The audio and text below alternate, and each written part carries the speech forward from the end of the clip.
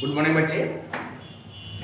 आज हम आपको द्विघात समीकरण से संबंधित क्वेश्चन बताएंगे। द्विघात समीकरण से आपको एग्जाम में क्वेश्चन एराइज करता है, 1 नंबर का भी और 2 नंबर का भी। तो द्विघात समीकरण कहते किसको है या द्विघात समीकरण से क्या समझते हैं, इसके बारे में हम जानेंगे। कौन कौन से फार्मूला है, इसके विवेचक कैसे निकाला जाएगा, मूल कैसे निकाला जाएगा, इसके बारे में हम जानेंगे। ठीक है बच्चे। तो द्विघात समीकरण जो है,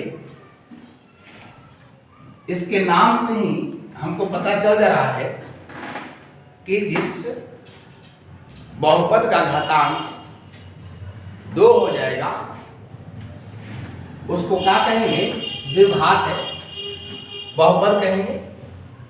तो बहुपद और द्विघात समीकरण में हल्की सी अंतर है। आप कह सकते हैं, जैसे यहां लिखते हैं कि ये है x² plus bx plus c। अगर यहां पर हम बराबर नहीं 0 देते हैं तो यह बहुपद कहलाएगा, जिसको हम द्विघात बहुपद कहते हैं। और इसमें अगर बराबर 0 लगा देते हैं तो यह द्विघात समीकरण हो गया। ठीक बच्चे। यह ax² plus bx plus c बराबर 0, यह आपका द्विघात समीकरण का फॉर्म हुआ, व्यापक रूप हुआ। सूत्र किस रूप में द्विघात समीकरण पाया जाता है, जिसको आप कह सकते हैं क्या द्विघात समीकरण का यह रूप है। कभी कभी 1 नंबर में क्वेश्चन भी पूछ लेता है कि द्विघात समीकरण का रूप क्या होगा या व्यापक फॉर्म क्या होगा। तो यह आपका जो है द्विघात समीकरण का व्यापक रूप है, यह व्यापक, इसको हम कह सकते हैं कि रूप है। ठीक है बच्चे, यह द्विघात समीकरण। ठीक है। तो यहाँ क्या देख रहे हैं कि x² है, तो x² का जो कोफिशिएंट है, जो गुणांक है, वह आपका a है। x का कोफिशिएंट जो है वह b है, और जो अचर पद होता है वह c होता है। ठीक है बच्चे। तो आप ऐसे क्लियर जान लें कि x² है, जिसमें x² गुणांक लग रहा है, जिसका स्क्वायर रहेगा वह कोफिशिएंट आपका a कहलाता है। ये पहले आपको जान लेना चाहिए। ठीक है।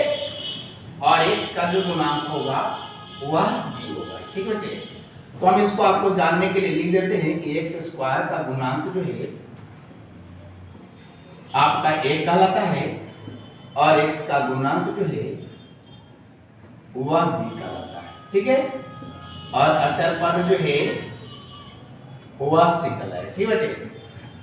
अब बात समझने की बात यहाँ आई है कि ऐसा नहीं कि केवल x के रूप में ही पाया जाएगा, y के रूप में भी पाया जा सकता है, z के रूप में भी पाया जा सकता है। तो अगर जिसका गुणांक स्क्वायर वाला रहेगा वह हमेशा क्या होगा, a होगा, और जो स्क्वायर नहीं रहेगा वह b कहलाएगा। ठीक बच्चे। तो यह मेरा द्विघातीय समीकरण हो गया। अब द्विघातीय समीकरण में सबसे पहले हम जान लेंगे कि जब द्विघातीय समीकरण है तो द्विघातीय समीकरण का मूल 2 होता है। द्विघातीय समीकरण के मूल कितने होते हैं, 2 होते हैं बच्चे। ठीक है।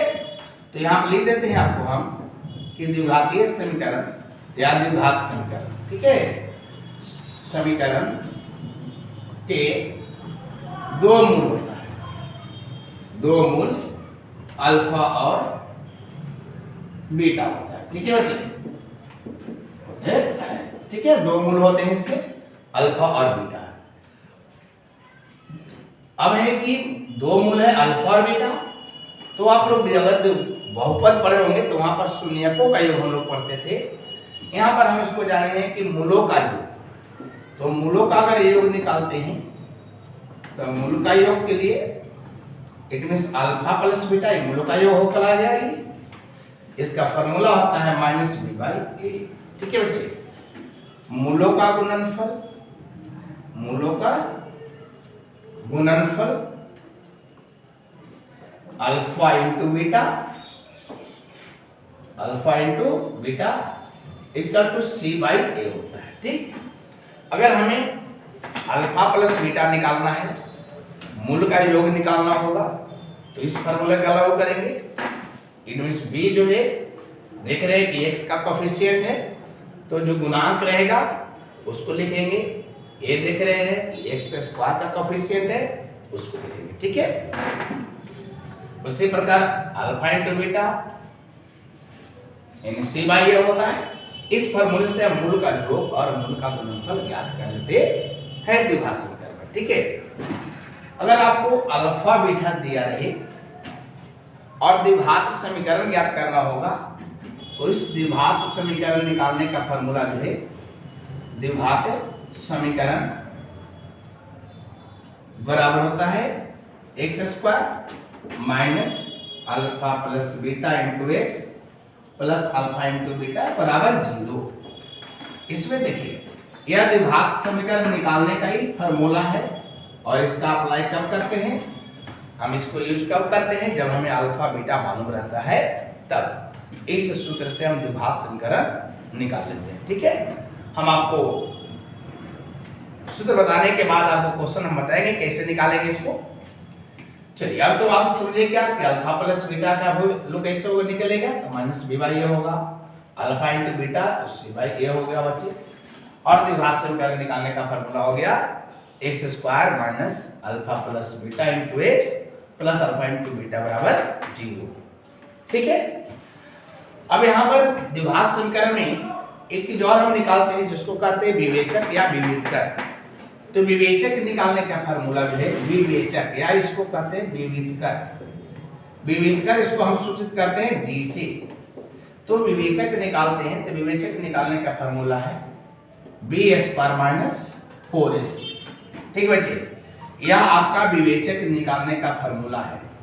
विवेचक का ही जो हम कहाँ करते हैं, अगर कोई द्विघातीय समीकरण दे दिया जाए और उस द्विघातीय समीकरण की प्रकृति क्या होगी, उसकी गुण क्या होगा, यह बताना अगर होता है तो हम केवल विवेचक निकाल लेते हैं। तो अब हम जानेंगे कैसे कि द्विघात समीकरण जो है उसकी गुण क्या होगी, प्रॉपर्टी क्या होगी।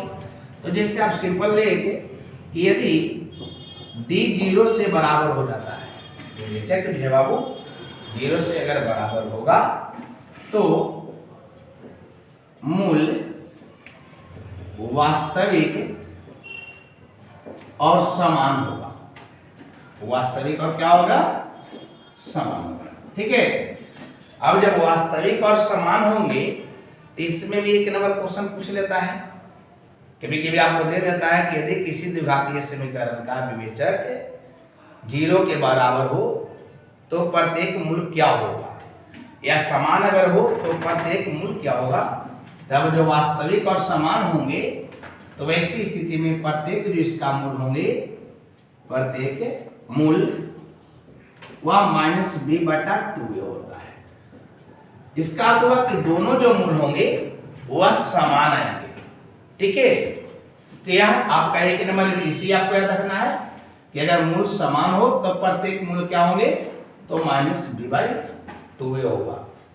फर्स्ट और सेकंड दोनों अल्फा और बीटा दोनों का मान क्या होंगे, समान होंगे। ठीक है, अब जो है दूसरा जो शर्त है कि यदि d 0 से अगर बड़ा हो, d क्या हो, 0 से बड़ा हो, तो मूल जो है वो वास्तविक होगा और असमान होगा। वास्तविक और क्या होगा, असमान। देखिए अब आता है बात कि यहाँ पर समान था, यहाँ पर असमान है, तो यानी यहाँ पर जो मूल आएगा वह दोनों अलग अलग मान के आएंगे, दोनों अलग अलग सिंबल में भी रहेंगे, मतलब दोनों में समानता नहीं होगा।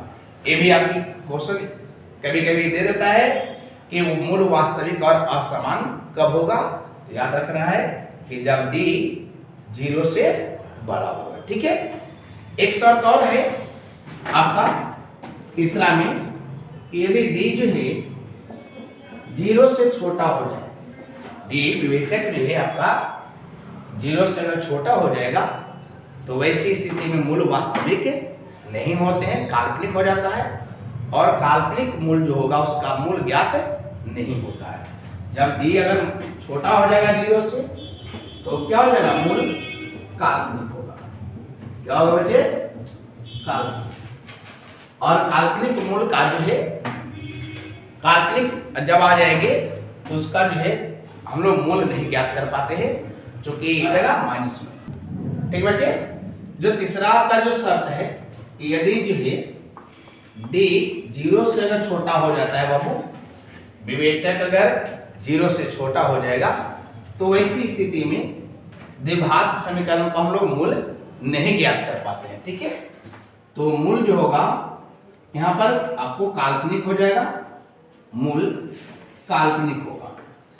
और काल्पनिक जब हो जाएगा है ना, तो काल्पनिक हो गया यहाँ पर आइए सर। ठीक है, तो काल्पनिक का हम लोग मूल नहीं ज्ञात कर पाते हैं, है ना, इसका मूल ज्ञात नहीं कर पाएंगे। ठीक है ना, क्योंकि वास्तविक केवल द्विघातीय समीकरण का ही हम मूल ज्ञात करना जानते हैं। आपको स्टडी जितना तक है 10 क्लास में, आपको वहां तक वास्तविक का ही निकाला जाता है। ठीक है, जब d 0 से छोटा हो जाए तो आपका 10 क्लास में उसका मूल नहीं ज्ञात होता, ऐसा कोई क्वेश्चन आपसे राइज नहीं करता। ठीक है, यह आपके हो गया विवेचक की जानकारी हम भूल गए। ठीक है, अब है कि हम इसको मूल कैसे ज्ञात करेंगे, तो इसके मूल ज्ञात करने का भी सूत्र है। अगर आपको द्विघातीय समीकरण का मूल निकालना है तो मूल अगर निकालते हैं तो एक फार्मूला है -b plus minus under root b square minus 4ac बटा 2, यह आपका मूल निकालने का फार्मूला है। ठीक है, आप इसको इतना भी लिख सकते हैं -b plus minus under root d बटा 2 है।